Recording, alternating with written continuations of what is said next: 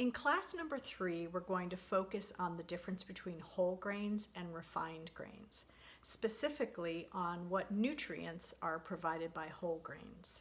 We're also going to learn what to look for on a whole grain food label. Whole grains contain all 3 parts of the natural grain: the bran, the germ, and the endosperm. Because nothing has been added to or removed from the grain, whole grains retain more of the natural fiber, iron, and vitamins than refined grains. And some examples of whole grains are whole grain flours, whole grain breads, whole grain cereals, oatmeal, corn and cornmeal, brown rice, wild rice, whole grain pastas, and many, many more. Refined grains have been stripped of the bran and the germ, and along with it have lost a lot of the B vitamins, iron, and fiber. Examples of refined grains are white flour, white rice, and regular pasta.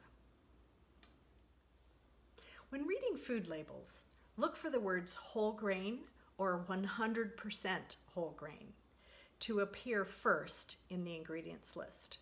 For example, on this box of cereal, you can see the words whole grain oats first. And on this package of crackers, you can see the words whole grain brown rice appear first. Other examples would be whole barley, whole rye, whole corn, or whole quinoa. The American Heart Association recommends that we eat at least 3 servings a day of whole grains. And a rule of thumb for that is to make half of our grains whole grains. Examples of single servings of whole grains are 1 slice of 100% whole wheat bread, 1 cup of whole grain cereal, half a cup of brown rice or whole grain pasta, 3 cups of popcorn, or 5 to 8 whole grain crackers, depending on their size. We have 3 budget tips for you today.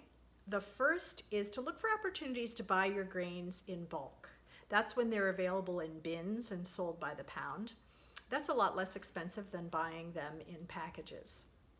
The second tip is to look for whole grains on sale. They do tend to be a little more expensive, so when you find them on sale, double up on your purchases, buy an extra loaf of whole grain bread and put it in your freezer.